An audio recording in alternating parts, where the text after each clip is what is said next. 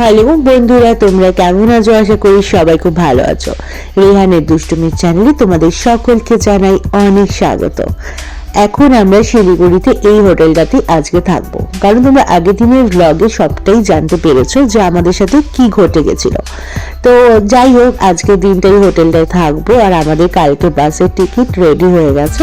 তো কালকে আমরা বেরিয়ে পড়বো কলকাতার উদ্দেশ্যে।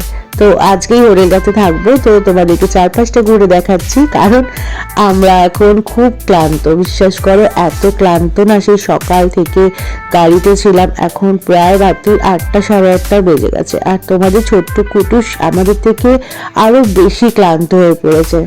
আর আমরা সবাই একটা জিনিসই ভাবছিলাম যে কখন আমরা একটু রুমের ভেতরে যাব, গিয়ে একটু সবাই ফ্রেশ হব, কারণ আমাদের কারোর শরীর ভালো লাগছিল না। তো যাই হোক, আর আমরা কিন্তু একটা মজার বিষয় আছে, আমরা কিন্তু একটা বড় রুম নিয়েছিলাম।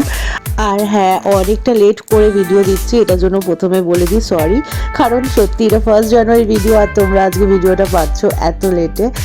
আর একটা কথা, এই হোটেলটা একদম বাস স্ট্যান্ডের ঠিক উল্টো দিকে, কারণ এই হোটেলের যিনি ওনার, তিনি আমাদেরকে অনেক হেল্প করেছেন। ওনাকে সত্যি অনেক থ্যাঙ্কস জানানো উচিত।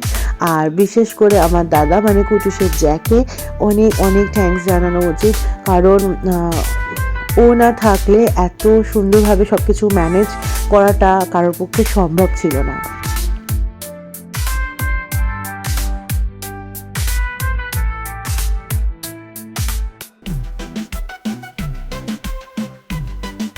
আগস্টে আগের বছর আমরা, আগের বছর না সরি, 2023-এ এইভাবে আটকে পড়েছিলাম আমরা। আর তো তখন আমরা 15 আগস্টের দিন অনেক মজা করেছিলাম সেম ভাবে শিলিগুড়িতে।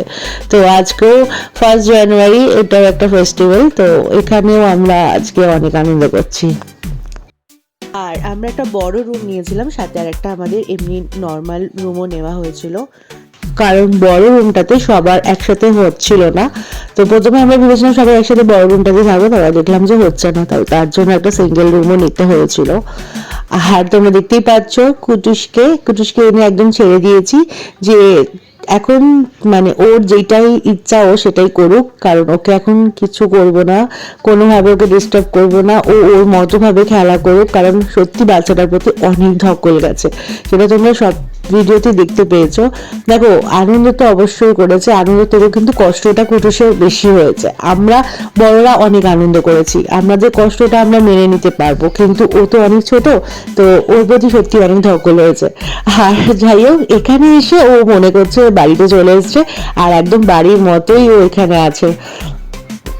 একটা কথা এই ব্লগেতে বন্ধুরা তোমাদেরকে বলছি, আমি ব্লগেতে তোমরা যারা আমার ব্লগ দেখো তারা খেয়াল করবে, আমি বারবার বলতে থাকি যে কুটুসকে বাড়ির সবাই খুব আগলে রাখে, খুব ভালোবাসে, এই কথাটা আমি সবসময় তোমাদেরকে বলি। তো আমার মা মানে কুটুসের দিয়া আমাকে এটা নিয়ে একটু বকা দিয়েছে। আসলে মার বক্তব্য হচ্ছে, তুমি কোনোদিন এটা মুখে প্রকাশ করবে না যে সবাই ওকে আগলে রাখে, সবাই ওকে ভালোবাসে। ও হচ্ছে এই বাড়ির সন্তান, ও সবার কাছে কতটা দামি, কতটা প্রিয়, সেটা মানুষ চোখে দেখে নিজেরা বুঝে নেবে।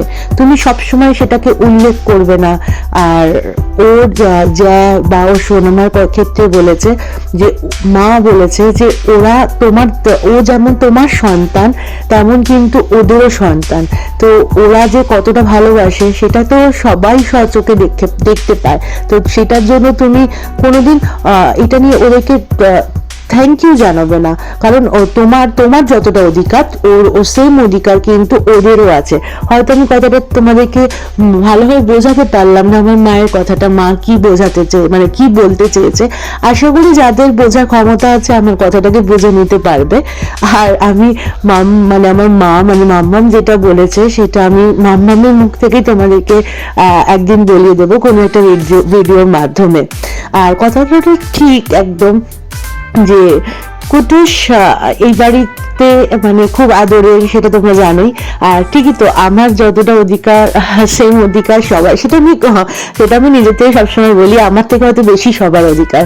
তো কুটুসকে আমি সেই সব দিক থেকে কোনোদিনই মানে আটকাইও না, বাধাও দিই না, কারণ আমি মনে করি আমার থেকে দ্বিগুণ অধিকার বাড়ির সবার।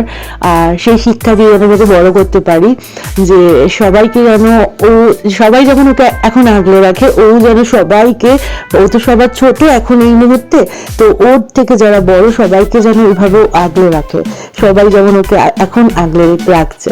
তো যেমন আমি কথাটা গুছিয়ে বলতে পারলাম না, আর তোমরা দেখতেই পাচ্ছ কুটুসের পাপা কুটুসের যা মিলে কি করছে। তো সত্যি কুটুসও কিন্তু অনেক আনন্দ করেছে। আর সত্যি আমি তোমাদেরকে প্রথমে বললাম যে মানে আমার দাদার কথা বলছি, মানে কুটুসের জায়ের কথা, আমি বোঝাতে অসুবিধা হচ্ছে বলে এইভাবে উল্লেখ করছি কথাটা, তো কেউ খারাপ ভাবে নিও না। সত্যি ও যে কোনো কিছু এত ভালোভাবে ম্যানেজ করে না, যে ওর কোনো তুলনা হয় না। সত্যি মানে তোমরা ভাববে যে আমার দাদা বলে একটু হয়তো বেশি বেশি বলছি, কিন্তু না, একদমই এটা সত্যি কথা।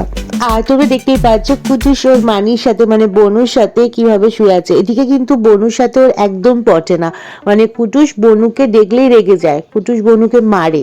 আর তোমরা দেখতে পাচ্ছ এখন কুটুস মানে বনুর সাথে কিভাবে এরকম ভাবে শুয়ে শুয়ে, কেন বলো তো, টিভিতে ওর কার্টুনগুলো চালানো হয়েছে তার জন্য।